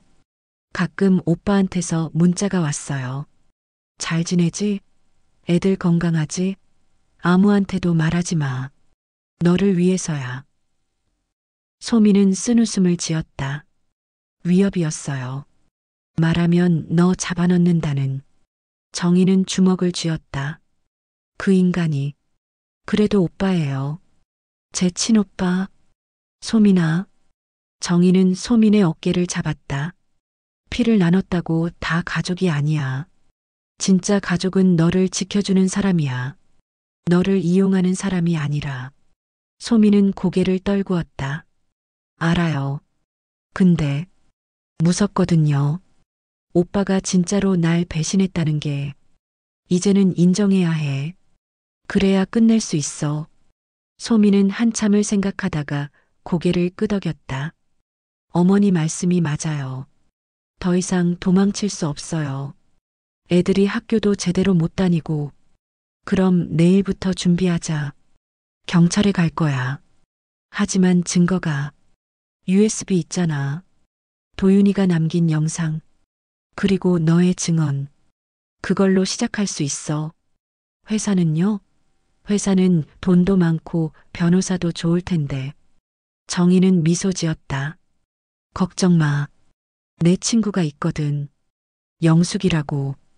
그 친구가 회사 내부 사정을 좀 알아. 그리고 정희는 가방에서 도윤의 수첩을 꺼냈다. 이것도 있어. 도윤이가 남긴 연구일지. 여기에 회사가 데이터를 조작했다는 기록이 있어. 소민은 수첩을 받아들고 펼쳤다. 도윤의 친필이 빼곡히 적혀 있었다. 이게 도윤 오빠 글씨네요. 그래. 남편이 목숨 걸고 남긴 거야. 이제 우리가 그걸 세상에 알려야 해. 소민은 수첩을 가슴에 안았다. 도윤 오빠, 미안해요. 5년 동안 숨어만 있어서. 이제 괜찮아. 이제 시작하는 거니까. 두 사람은 밤늦도록 앉아서 계획을 세웠다. 증거 정리, 변호사 섭외, 경찰 신고 타이밍. 그리고 가장 중요한 것 마이너스 소민과 아이들의 안전. 당분간 우리 집에 와서 지내. 혼자 있으면 위험해. 하지만 어머니 집을 알면. 알아도 괜찮아. 나 혼자 사는 할머니 아니야. 주변에 이웃들도 많고 경찰서도 가까워. 소민은 망설이다가 고개를 끄덕였다. 감사해요, 어머니. 고맙긴. 당연한 거지. 창밖으로 동이 트기 시작했다. 긴 밤이 지나고 새로운 날이 시작되고 있었다. 정희는 창문을 열었다. 차가운 새벽 공기가 방 안으로 들어왔다. 소민아, 두렵니니? 네, 많이요. 나도 두려워. 하지만 알아? 두려움보다 강한 게 있어. 뭐죠? 진실. 정희는 소민을 바라보았다. 진실은 언젠가 드러나게 되어 있어. 우리가 하는 일은 그걸 조금 더 빨리 끌어내는 것뿐이야. 소민은 고개를 끄덕였다. 해봐요, 어머니. 같이. 그래. 같이 하자. 두 사람은 손을 맞잡았다. 5년 동안 갈라져 있던 가족이 다시 하나가 되는 순간이었다. 그리고 진실을 향한 마지막 여정이 시작되는 순간이기도 했다. 방 안쪽에서 아이 하나가 뒤척였다. 엄마. 은우가 잠꼬대를 했다. 소민은 아이에게 다가가 이불을 덮어주었다. 괜찮아. 엄마 여기 있어. 정희는 그 모습을 지켜보며 생각했다. 이 아이들을 위해서라도 반드시 이겨야 한다고. 도윤의 억울함을, 소민의 누명을, 그리고 아이들의 미래를 모두 지켜내야 한다고. 해가 떠올랐다. 새로운 싸움을 위한 날이 밝았다. 다음 날 아침 정희는 소민과 아이들을 데리고 자신의 집으로 돌아왔다. 은우와 은서는 처음 보는 큰 집에 눈이 휘둥그레졌다. 반지하 방만 알았던 아이들에게 마당이 있는 2층 주택은 마치 궁전 같았을 것이다. 할머니, 여기 다 우리 집이에요? 은서가 신기한 듯 물었다. 그래, 이제 여기가 너희 집이야. 정희는 아이들의 머리를 쓰다듬으며 말했다. 소민은 짐을 내려놓으며 불안한 표정을 지었다. 어머니, 정말 괜찮을까요? 오빠가 알면 어때? 이젠 숨지 않을 거잖아. 정희는 단호하게 말했다. 아이들을 2층 방에 눕힌 후 정희는 영숙에게 전화를 걸었다. 영숙아, 나야. 지금 우리 집으로 올 수 있어? 무슨 일이야? 소민이를 찾았어. 같이 대책을 세워야 해. 지금 간다. 30분 후 영숙이 도착했다. 소민을 보자마자 그녀는 눈물을 글썽였다. 소민아, 얼마나 힘들었니? 영숙 이모. 소민도 눈물을 흘렸다. 영숙은 소민이 도윤과 결혼하기 전부터 알던 사이였다. 세 사람은 거실에 둘러앉았다. 일단 상황을 정리해보자. 영숙이 수첩을 꺼내며 말했다. 지금 우리한테 있는 증거는 뭐지? 정희가 테이블 위에 물건들을 펼쳤다. 첫째, 도윤이의 USB. 거기 영상이랑 연구 일지가 있어. 둘째, 도윤이의 수첩. 회사와의 갈등이 기록되어 있어. 셋째, 소민이의 증언. 영숙은 고개를 끄덕이며 메모했다. 좋아. 그런데 문제가 있어. 뭔데? USB 영상은 결정적이긴 한데 법정에서 증거로 인정받을 수 있을지 모르겠어. 편집됐다거나 조작됐다고 주장할 수 있거든. 소민이 입을 열었다. 그럼 어떻게 해야 해요? 더 확실한 증거가 필요해. 회사 내부 문서 같은 거. 정희가 물었다. 예를 들면 임상실험 원본 데이터, 도윤 씨가 말한 부작용 보고서 원본, 그리고 회계자료. 회계자료? 응. 3억 원이 어떻게 이체됐는지, 누가 조작했는지 보여주는 거. 영숙은 잠시 생각하더니 말했다. 내가 아는 사람이 있어. 예전에 바이오젠 회계팀에서 일했던 사람. 믿을만해? 응. 그 사람도 회사 때문에 억울하게 잘렸거든. 도와줄 것 같아. 연락해봐. 영숙은 곧바로 전화를 걸었다. 잠시 통화한 후 고개를 끄덕였다. 오후에 만나자네. 카페에서. 오후 3시 정희와 영숙은 시내 한적한 카페에서 한 남자를 만났다. 40대 중반쯤 되어 보이는 마른 체구의 남자. 이름은 최진수였다. 오랜만이에요, 영숙 씨. 진수 씨, 이쪽은 제 친구 윤정이에요. 안녕하세요. 인사를 나눈 후 세 사람은 구석 자리에 앉았다. 정희가 먼저 입을 열었다. 시간 내주셔서 감사합니다. 영숙이한테 들었는데 바이오젠에서 일하셨다고요? 네, 5년 전까지요. 회계팀 과장이었습니다. 왜 그만두셨어요? 최진수는 쓴웃음을 지었다. 정확히는 잘렸죠. 이유는 횡령 의혹이었는데 사실은 누명이었어요. 누명이요? 네. 누군가 제 컴퓨터로 불법 거래를 한 거예요. 하지만 증거가 없어서 억울하게 해고당했죠. 영숙이 말했다. 그 시기가 언제였는지 기억해요? 2020년 12월이요. 왜요? 정희와 영숙은 눈빛을 교환했다. 김도윤 연구원 사고 직후네요. 최진수의 표정이 변했다. 김도윤. 그 사건 말씀하시는 건가요? 네. 혹시 그 사건이랑 관련해서 이상한 거 못 보셨어요? 최진수는 잠시 망설이다가 주변을 살폈다. 그리고 목소리를 낮췄다. 사실 있어요. 뭔데요? 사고 나기 일주일 전쯤이었을 거예요. 박도연 팀장이 회계팀에 와서 이상한 요청을 했어요. 무슨 요청? 연구비 3억 원을 김도윤 연구원 명의로 인출하고 싶다고요. 긴급한 장비 구입 때문이라면서. 정희의 심장이 빠르게 뛰기 시작했다. 그래서요? 처음엔 거절했죠. 절차가 복잡하거든요. 그런데 박 팀장이 연구소장 승인 받았다면서 서류를 내밀더라고요. 서류를 봤어요? 네. 근데 이상했어요. 서명이 좀 어색해 보였거든요.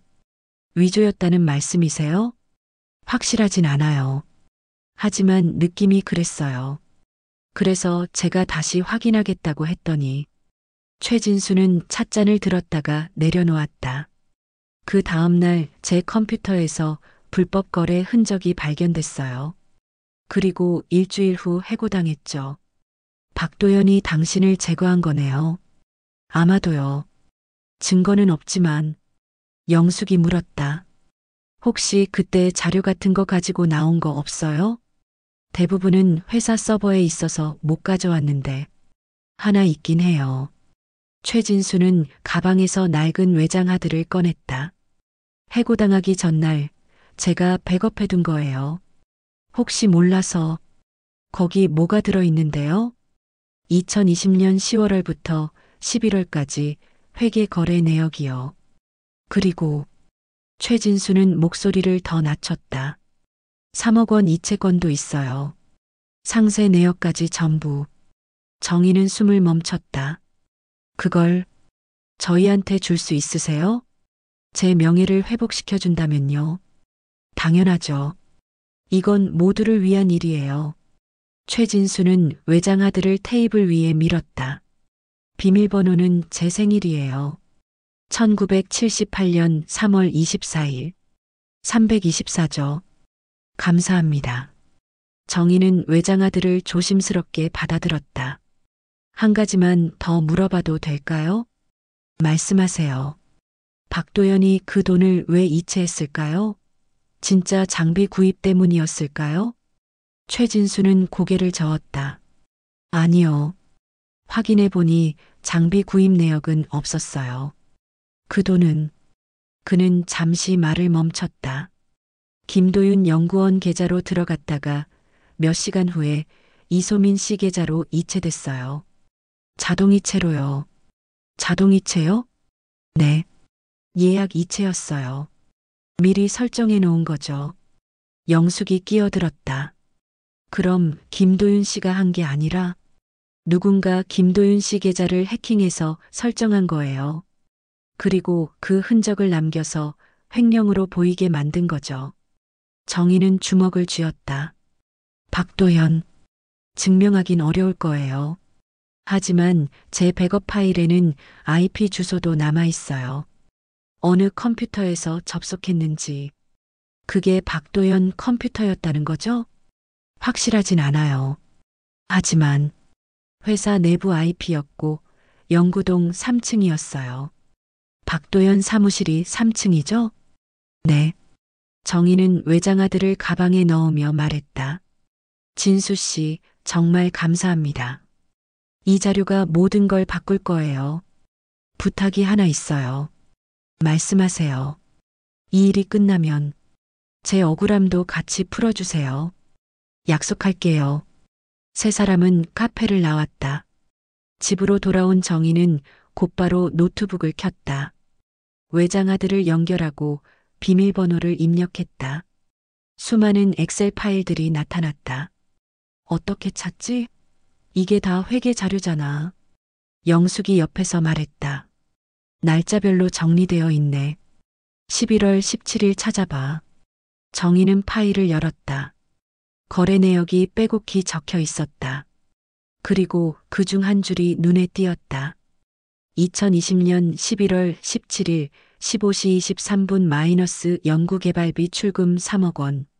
수취인 김도윤 계좌번호 110 승인자 박도연. 정희의 손이 떨렸다. 이것 봐, 영수가. 자동이체 예약이 사고 전날 밤에 설정됐어. 그것도 박도연 사무실에서. 이건 결정적인 증거야. 그래. 박도연이 모든 걸 계획했다는 증거지. 두 사람은 화면을 보며 말을 잃었다. 그때 소민이 계단을 내려왔다. 어머니, 뭘 찾으신 거예요? 정희는 소민을 불러 화면을 보여줬다. 소민아, 이것 봐. 내 오빠가 모든 걸 조작한 증거야.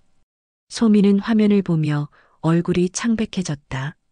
오빠가 진짜로. 눈물이 흘러내렸다. 믿고 싶지 않았어요. 제 오빠인데 어떻게 이럴 수가. 정희는 소민을 안았다. 힘들겠지만 이제 인정해야 해. 내 오빠는 내 편이 아니었어. 소민은 한참을 울었다. 그리고 눈물을 닦으며 말했다. 어머니, 이제 경찰에 가요. 더 이상 미룰 수 없어요. 너 괜찮겠어? 아니요. 안 괜찮아요. 하지만 해야죠. 정희는 소민의 손을 꽉 잡았다. 그래. 내일 가자. 함께. 영숙이 말했다. 나도 같이 갈게. 증인으로. 세 사람은 고개를 끄덕였다. 창밖으로 해가 지고 있었다. 내일이면 모든 것이 시작될 것이다. 5년 동안 숨겨졌던 진실이 드러날 것이다. 그리고 박도연은 더 이상 도망친 곳이 없을 것이다. 정희는 USB와 외장하드를 나란히 놓고 바라보았다. 도윤의 목소리가 떠올랐다. 만약 제게 무슨 일이 생긴다면 이 영상을 증거로 사용해 주십시오. 그래, 도윤아. 이제 사용할 거야. 내 억울함을 풀어줄 거야. 밤이 깊어갔다. 하지만 정희는 잠들지 않았다. 내일을 준비해야 했다. 마지막 싸움을 위해. 다음 날 아침 정희는 일찍 일어나 아이들에게 아침을 차려주었다. 할머니, 오늘 엄마랑 어디 가요? 은우가 물었다. 응, 할머니가 엄마랑 중요한 일 보러 가야 해. 너희는 영숙 이모가 돌봐줄 거야. 언제 와요? 저녁에는 올게. 걱정 마. 정희는 아이들의 머리를 쓰다듬었다. 아이들이 학교에 가고 나자 정희와 소민은 외출 준비를 했다. 어머니, 떨려요. 소민이 말했다. 나도 떨려. 하지만 해야 해. 오빠를 정말 고소하는 거죠? 그래. 그래야 내 누명도 벗겨지고 도윤이 억울함도 풀려. 소민은 고개를 끄덕였다. 두 사람은 경찰서로 향하려던 참이었다. 그런데 현관문을 열려는 순간 초인종이 울렸다. 정희는 인터폰 화면을 봤다. 박도현이었다. 오빠. 소민이 화면을 보며 얼어붙었다. 정희는 침착하게 말했다. 괜찮아. 우리가 먼저 찾아가려던 참이었잖아. 시간을 아꼈다고 생각해. 하지만 녹음기 켜. 모든 걸 녹음해야 해. 소민은 떨리는 손으로 휴대폰 녹음 기능을 켰다. 정희는 문을 열었다. 어서 오세요, 도연 씨. 박도연은 어두운 표정으로 서 있었다. 5년 전보다 머리가 많이 새었고 얼굴에는 피로가 역력했다. 어머님, 그리고 소민아. 오빠. 소민은 오빠와 눈을 마주치지 못했다. 들어오세요. 마침 할 얘기가 있었어요. 정희는 도연을 거실로 안내했다. 세 사람은 소파에 앉았다. 정희와 소민이 한쪽, 도연이 반대편. 어떻게 여기를 알았죠? 정희가 물었다. 소민이가 여기 있을 거라고 생각했어요. 어머님 집 말고 갈 곳이 없으니까. 그래서 왜 왔어요? 도연은 소민을 바라봤다. 소민아, 그만하자. 제발. 뭘 그만하라는 거예요? 더 이상 파헤치지 마. 다 끝난 일이야. 정희가 끼어들었다. 끝난 일이요? 억울하게 죽은 사람이 있고 5년 동안 도망자로 산 사람이 있는데 끝났다고요? 도연은 정희를 바라봤다. 어머님도 그만두세요. 이건 어머님이 감당할 수 있는 일이 아니에요. 감당 못할 게 뭐가 있어요? 진실을 밝히는 게. 진실? 도연은 비웃었다. 진실이 뭔지 아세요? 진실은요, 세상이 돌아가는 방식을 모르는 순진한 사람들이 희생되는 거예요. 형부처럼. 도윤이를 욕하지 마세요. 소민이 소리쳤다. 도윤 오빠는 옳은 일을 했어요. 옳은 일? 도연의 목소리가 차갑게 식었다. 그래, 옳은 일이었지. 그래서 뭐가 달라졌는데? 형부는 죽었고 넌 5년 동안 숨어 살았어. 그게 옳은 일의 결과야. 오빠가 그렇게 만든 거잖아요. 소민의 목소리가 떨렸다. 도연은 잠시 말이 없었다. 정희는 가방에서 외장하드를 꺼냈다. 도연 씨, 이게 뭔지 알아요? 도연의 눈빛이 흔들렸다. 뭔데요? 바이오젠 회계 자료요. 2020년 11월 17일 당신이 3억 원을 조작한 모든 기록이 들어 있어요. 도연의 얼굴이 창백해졌다. 어디서 그걸? 최진수 씨한테 받았어요. 당신이 해고시킨 그 회계 과장.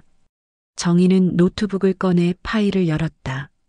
화면을 도연에게 돌려 보여줬다. 여기 다 있어요. 당신 사무실에서 접속한 기록, 자동이체 예약한 기록, IP 주소까지. 도연은 화면을 보며 말을 잃었다. 그리고 이것도 있어요. 정희는 USB를 꺼냈다. 도윤이가 남긴 영상. 그날 밤 연구실에서 찍은 거요. 당신이 도윤이를 협박하는 장면이 다 찍혀 있어요. 도연은 소파에 주저앉았다. 거짓말. 거짓말이 아니에요. 직접 볼래요? 정희는 영상을 재생했다. 도윤의 목소리가 흘러나왔다. 이 약은 사람에게 쓰면 안 됩니다. 그리고 도연의 목소리. 닥쳐. 자넨 지금 회사 기밀을 유출하려는 겁니까? 영상이 계속됐다. 몸싸움 소리, 도윤의 비명, 그리고 도연의 차가운 지시. 이 USB 어디 있지?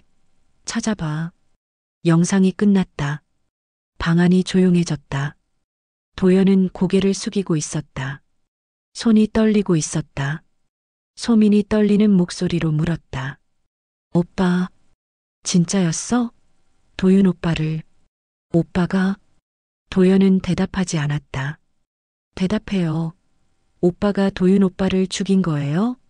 나는. 도연이 간신히 입을 열었다. 나는 죽이려던 게 아니었어. 소민이 숨을 멈췄다. 그냥 막으려고 했을 뿐이야. 형부가 자료를 외부에 넘기려고 해서. 회사가 망하면 우리 모두 끝장이었어. 그래서 사람을 죽여요? 사고였어. 정말 사고였다고. 도연이 소리쳤다. 형부랑 말다툼하다가 밀쳤는데 형부가 실험대에 넘어지면서 화학약품이 쏟아졌어. 그게 인화성 물질이었고 불이 났어. 나도 막으려고 했어. 하지만 그는 얼굴을 손으로 가렸다. 형부가 다시 안으로 들어가려는 거야. USB를 가지러. 내가 말렸어. 위험하다고. 하지만 형부는 안 들었어. 그리고 목소리가 떨렸다. 폭발이 일어났어. 정희는 주먹을 쥐었다. 그런데 왜 거짓말을 했어요? 왜 소민이한테 누명을 씌웠어요? 도연은 고개를 들었다. 눈에는 눈물이 고여 있었다. 회사에서 그러라고 했어요. 뭐라고요? 연구소장이 직접 왔어요. 사고 직후에. 그리고 말했죠. 이 일을 덮을 수 있다. 하지만 희생양이 필요하다고. 그래서 도윤이를 희생양으로 만든 거예요? 횡령범으로 만들면 형부가 남긴 자료들이 신뢰성을 잃는다고 했어요. 그리고 소민이를 공범으로 만들면 입을 막을 수 있다고. 소민이 일어섰다. 날 인질로 잡은 거네요? 내 오빠가? 소민아, 나는 널 지키려고. 거짓말. 소민이 소리쳤다. 나 지키려고요? 5년 동안 나 혼자 애들 데리고 숨어 살게 만들어 놓고 출생신고도 못하게 만들어 놓고 미안해. 미안하다고요? 소민의 눈에서 눈물이 쏟아졌다. 도윤 오빠가 죽은 걸 알면서도 거짓말했잖아요. 회사를 지키려고. 오빠 자신을 지키려고. 소민아, 난 오빠가 날 도와주는 줄 알았어요. 도망가라고 했을 때 진짜 날 위해서인 줄 알았어요. 하지만 그게 아니었죠? 나를 협박 카드로 쓰려고 한 거잖아요. 도연은 대답하지 못했다. 정희가 말했다. 도연 씨, 이제 끝이에요. 경찰에 가요. 모든 걸 자백하세요. 안 돼요. 도연이 고개를 저었다. 아직 안 돼요. 왜요? 회사가 가만히 있지 않을 거예요. 저만 끝나는 게 아니에요. 어머님도 소민이도 다들 위험해질 거예요. 협박하는 거예요? 아니, 경고예요. 회사에는 돈이 많아요. 변호사도 많고 권력도 있어요. 우리가 이길 수 없어요. 정희는 냉정하게 말했다. 이기고 지는 게 중요한 게 아니에요. 진실을 밝히는 게 중요한 거죠. 진실이 뭘 바꾼다고 생각하세요? 모든 걸 바꿔요. 정희는 도연의 눈을 똑바로 바라봤다. 당신도 알잖아요. 5년 동안 거짓말하면서 얼마나 힘들었는지. 밤마다 악몽 꾸지 않았어요? 형부 얼굴이 떠오르지 않았어요? 도연의 얼굴이 일그러졌다.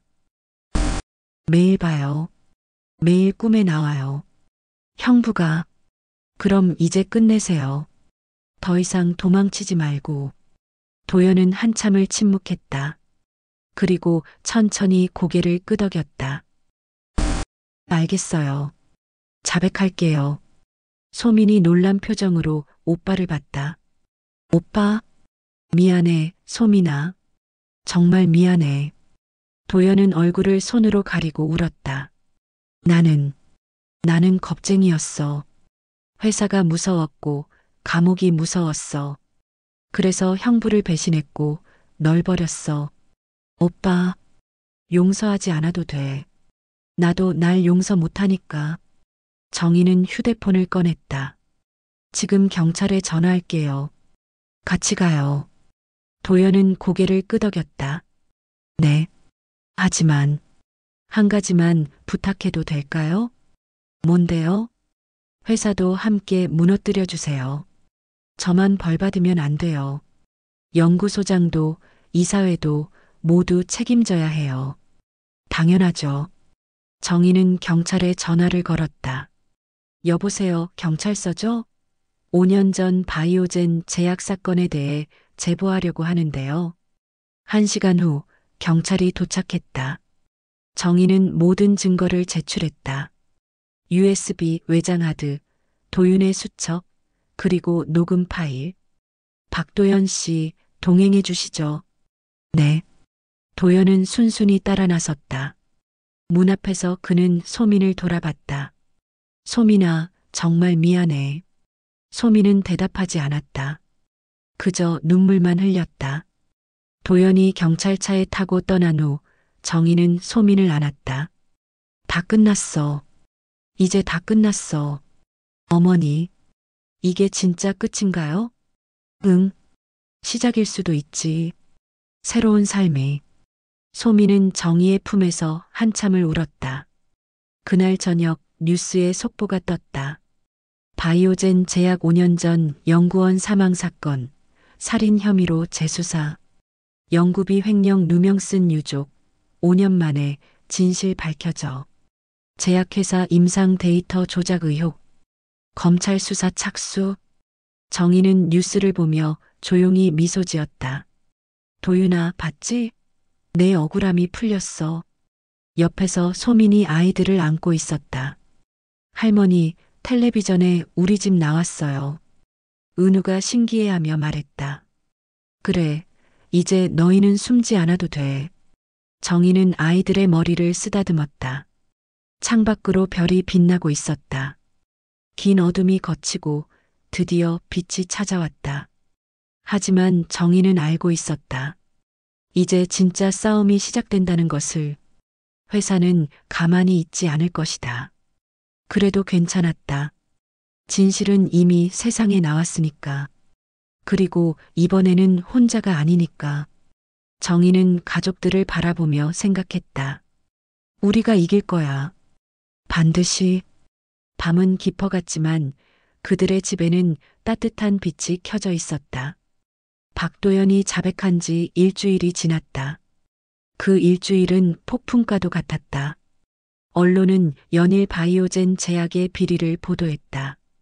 임상 데이터 조작, 연구원 사망 은폐, 횡령 누명 씌우기.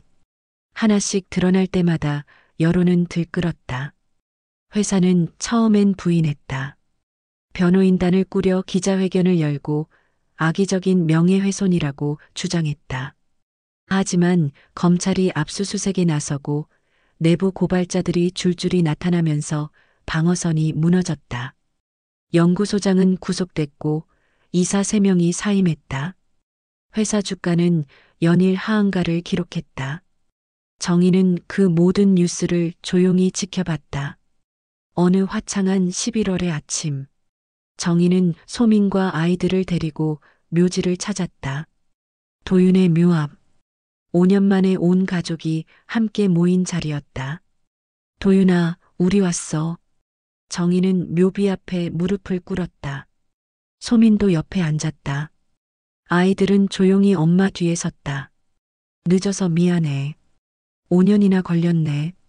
정희는 묘비를 쓰다듬었다. 내 억울함 다 풀었어. 이제 세상이 알아. 내가 얼마나 용감한 사람이었는지. 소민이 말했다. 오빠. 아니 여보. 나예요. 소민이. 목소리가 떨렸다. 미안해요. 5년 동안 못 왔어. 무서웠어. 그리고 부끄러웠어. 눈물이 흘러내렸다. 당신이 지키려던 걸 나는 지키지 못했어요. 도망만 다녔어.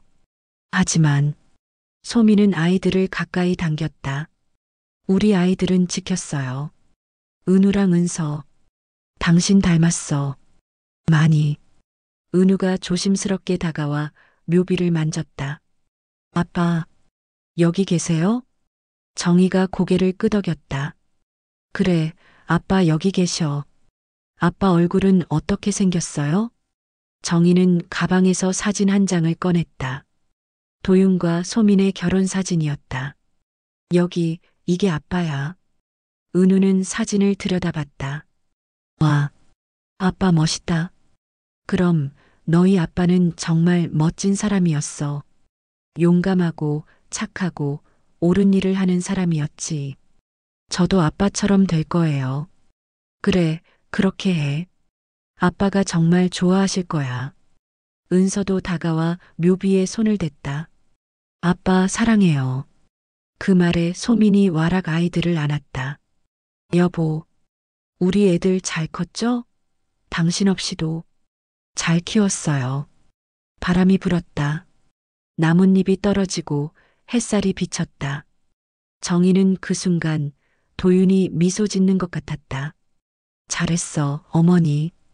고마워요. 천만에 도윤아. 당연한 일 했을 뿐이야. 네 사람은 한참을 그렇게 있었다. 며칠 후 검찰청. 정희와 소민은 증인으로 출석했다. 복도에서 박도현과 마주쳤다.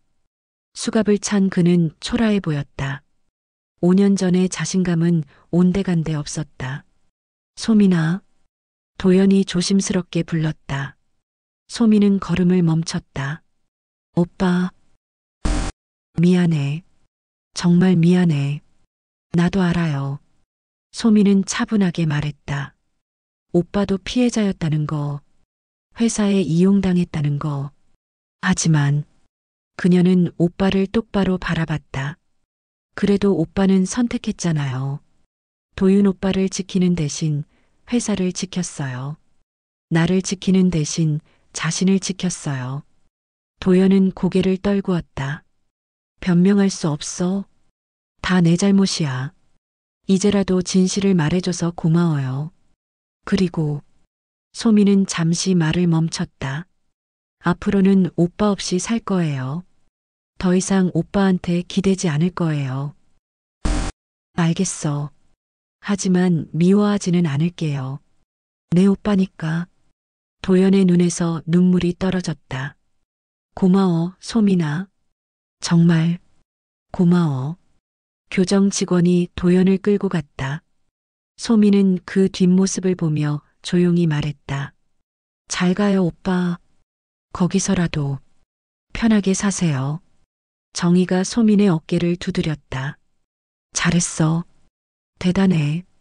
어머니, 전 이제 괜찮을 것 같아요. 그래. 다 괜찮아질 거야. 한 달 후 법원은 소민에 대한 모든 혐의를 무죄로 판결했다. 피고인 이소민은 무죄. 판사의 선고가 떨어지는 순간 방청석에서 박수가 터져나왔다. 소민은 그 자리에서 주저앉아 울었다. 5년, 1825일. 그 긴 시간 동안 짊어졌던 짐이 드디어 내려졌다. 정희가 다가가 소민을 일으켰다. 일어나, 소민아. 이제 자유야. 어머니, 울지 마. 웃어야지. 오늘은 웃는 날이야. 소민은 눈물을 닦으며 웃었다.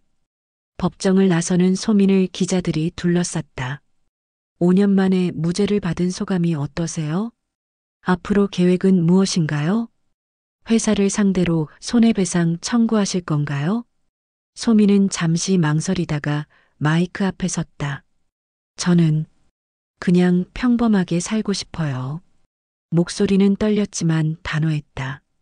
아이들이랑 함께 평범한 엄마로 남편이 남긴 꿈을 이어가면서. 남편의 꿈이요? 네. 남편은 사람을 살리는 약을 만들고 싶어 했어요. 부작용 없이 정말 환자들을 돕는 약을요. 소민은 카메라를 똑바로 바라봤다. 저는 약사예요. 앞으로 약국을 열어서 환자들을 도울 거예요. 그게 제가 남편을 기억하는 방법이에요. 기자들이 또 질문을 쏟아냈지만 정희가 소민을 이끌고 차로 향했다. 잘했어. 정말 잘했어. 어머니 덕분이에요. 무슨 소리야? 내가 견딘 거지. 차 안에서 소민은 창밖을 바라봤다. 거리는 평화로웠다. 사람들이 오가고 아이들이 웃고 햇살이 빛났다. 어머니, 응? 감사해요. 정말로. 뭐가 고마워. 포기하지 않아줘서요. 날 믿어줘서요. 정희는 소민의 손을 꽉 잡았다. 당연한 거야. 넌 내 며느리니까. 내 딸이나 마찬가지니까. 두 사람은 눈물을 흘리며 웃었다. 3개월 후, 소민은 작은 약국을 열었다. 상호는 도윤약국이었다. 개업 첫날 정희와 영숙, 그리고 아이들이 찾아왔다. 엄마 약국 이쁘다. 은우가 신나게 말했다. 그치? 엄마가 열심히 준비했어. 약국은 작았지만 깨끗하고 따뜻했다. 벽에는 도윤의 사진이 걸려 있었다. 설립자를 기리며 마이너스 김도윤 연구원.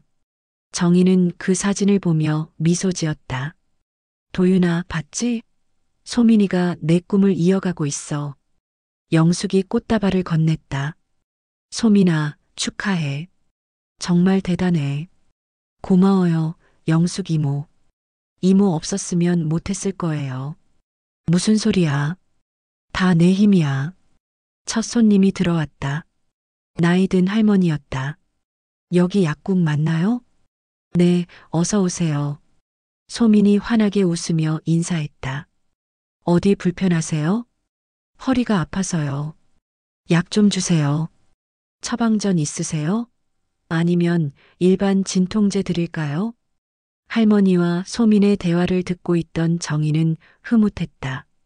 소민은 찾았다. 자신의 자리를. 그날 저녁 정희의 집. 온 가족이 모여 저녁을 먹었다. 소민이 만든 된장찌개, 정희가 부친 전, 영숙이 사온 떡. 할머니, 맛있어요. 은서가 밥을 우적우적 먹으며 말했다. 많이 먹어. 우리 은서 살 좀 쪄야지. 저도요. 은우도 손을 들었다. 다들 웃었다. 식사 후 아이들이 텔레비전을 보는 동안 새 여자는 베란다에 나왔다. 정희야, 너 진짜 대단해. 영숙이 말했다. 한 사람을 여기까지 이끌어냈잖아. 내가 뭘 했다고. 소민이가 견딘 거지. 어머니가 아니었으면 전 못 견뎠을 거예요. 소민이 말했다. 어머니가 절 찾아와 주지 않았으면 저는 평생 숨어 살았을 거예요. 정희는 고개를 저었다. 아니야. 넌 언젠가 나왔을 거야. 아이들 때문에라도. 그래도 고마워요. 세 사람은 잠시 침묵했다. 밤하늘에는 별이 빛나고 있었다. 도윤이도 저 별 중에 하나겠지? 영숙이 하늘을 올려다보며 말했다. 바람이 불었다. 따뜻한 바람이었다. 다음 날 아침, 소민과 아이들도 함께 절을 올렸다. 아빠 잘 계세요. 은우가 말했다. 우리 잘 살게요. 열심히 살게요. 은서도 따라 말했다. 정희는 아이들을 바라보며 생각했다. 도윤아, 내 아이들 정말 잘 컸어.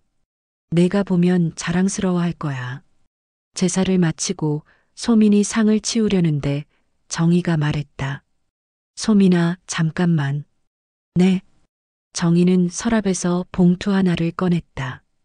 이거 도윤이가 너한테 남긴 거야. 뭐예요? 편지. 소민은 놀란 표정으로 봉투를 받았다. 편지요? 언제? 사고 나기 며칠 전에 내가 받은 거야.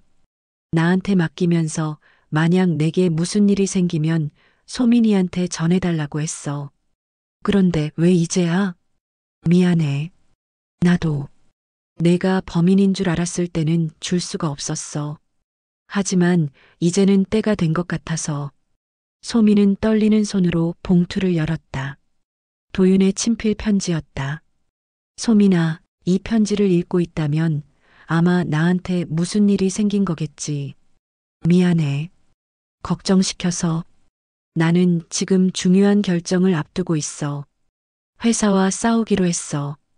옳지 않은 일을 맡기로 했어. 위험할 수도 있어. 하지만 해야 해. 그래야 떳떳하게 우리 아이들 얼굴을 볼 수 있을 것 같아서.